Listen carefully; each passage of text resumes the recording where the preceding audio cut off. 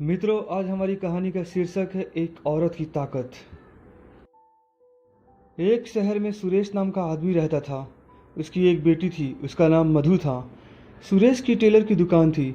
मधु भी उसका हाथ बटाती थी उसके साथ में, जैसे कि बटन टाँकना, प्रेस करना आदि। एक दिन सुरेश ने मधु से कहा, अब तुम्हारी शादी की उम्र हो गई है और उसको भी अब सिलाई सीख लेनी चाहिए।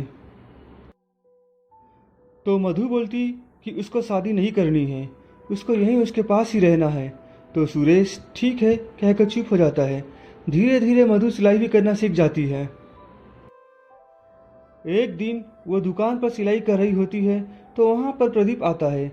वो उसको देखकर उसको पसंद कर लेता है और सुरेश से उसका हाथ मांग लेता है। तो सुरेश भी अच्छा लड़का देखकर हाँ कर देता है। दोनों की शादी हो जाती है और मधु अपनी ससुराल आ जाती है। कुछ महीने बाद वह गर्भवती होती है। वो एक बेटी को जन्म देती है और बहुत खुश होती है।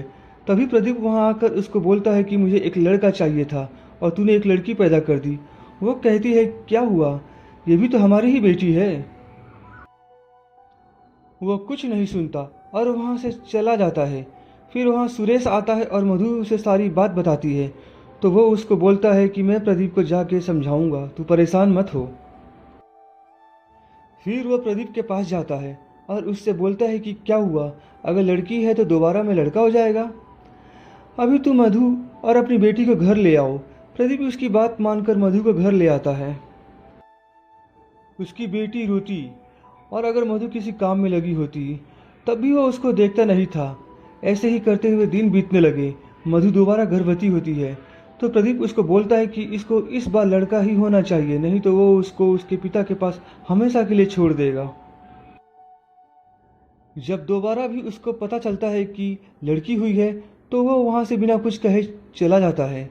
जब सुरेश को यह पता चलता है तो प्रदीप को समझाने उसके घर जाता है, पर प्रदीप उसकी कोई बात नहीं सुनता और उससे बोलता है अपनी लड़की और उसकी बेटियों को ले जाएं, मेरा कोई संबंध नहीं इन लोगों से। यह सुनकर सुरेश वहाँ से यह बोलकर चला जाता है कि मेरी बेटी मुझ पर बोझ नहीं है, मैं उसे और उसकी बेटियों को पालूंगा।